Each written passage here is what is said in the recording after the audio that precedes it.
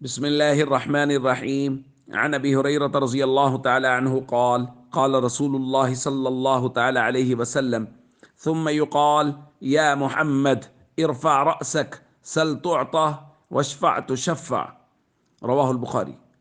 نبی کریم صلی اللہ علیہ وسلم نے ارشاد فرمایا، پھر اللہ کی طرف سے کہا جائے گا، اے محمد سر اٹھائیے، آپ مانگیے آپ کو عطا کیا جائے گا، اور آپ سفارش کیجیے آپ کی سفارش کو قبول کیا جائے گا۔ دوستو، یہ ایک طویل روایت کا حصہ ہے۔ نبی کریم صلی اللہ علیہ وسلم نے قیامت کا منظر بیان فرمایا، اور حضور علیہ الصلوۃ والسلام نے قیامت کی ہولناکیوں کو بیان فرمایا۔ پھر حضور علیہ الصلوۃ والسلام نے ارشاد فرمایا، اللہ کا غضب دیکھ کے لوگ سفارشی تلاش کریں گے، اور وہ کہیں گے من یشفع لکم الی ربکم، کون ہے جو تمہارے رب کے پاس تمہاری سفارش کرے؟ پھر کچھ لوگوں سے کہیں گے علیکم بآدم، آدم علیہ السلام کے پاس جاؤ۔ سارے لوگ آدم علیہ السلام کے پاس آئیں گے اور ان سے سفارش کی درخواست کریں گے۔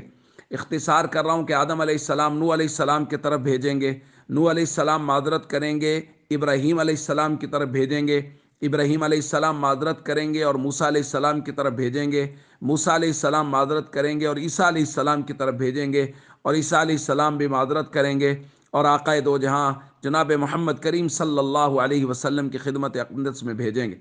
فیاتون محمد، سارے لوگ نبی کریم صلی اللہ علیہ وسلم کے دربار میں آئیں گے اور آ کے درخواست کریں گے، آپ ہمارے لیے اللہ کے دربار میں سفارش کیجئے۔ حضور نے فرمایا فانطلق فآتی تحت العرش، میں چلوں گا اور اللہ کے عرش کے نیچے آؤں گا، فاقع ساجدا لربی، میں اللہ کے حضور سجدے میں گر جاؤں گا۔ پھر حضور علیہ الصلوۃ والسلام نے فرمایا، اللہ رب العزت اپنی تعریف کے میرے اوپر دروازے کھولیں گے اور میں اللہ کی تعریف کروں گا۔ پھر اللہ کی طرف سے یہ جملہ اللہ کے نبی صلی اللہ علیہ وسلم نے بیان کیا، پھر اس کے بعد اللہ کی طرف سے آواز آئے گی کہ آپ سفارش کیجئے، آپ کی سفارش کو قبول کیا جائے گا۔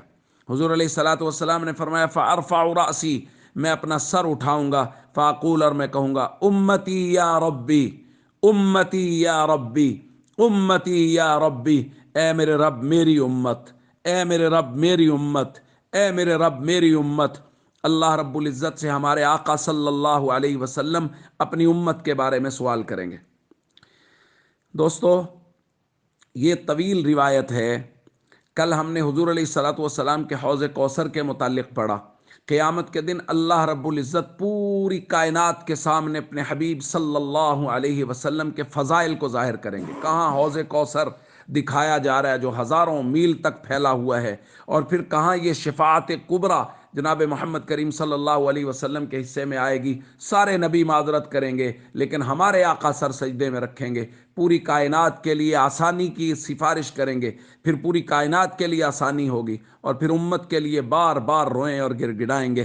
دوستو، ہمارے آقا صلی اللہ علیہ وسلم نے تو قیامت کے دن اس ہولناک منظر میں بھی یا ربی امتی یا ربی امتی کی صدائیں لگائی ہیں۔ ہم سب کو چاہیے نبی کریم صلی اللہ علیہ وسلم کے مبارک طریقوں کے مطابق زندگی گزاریں۔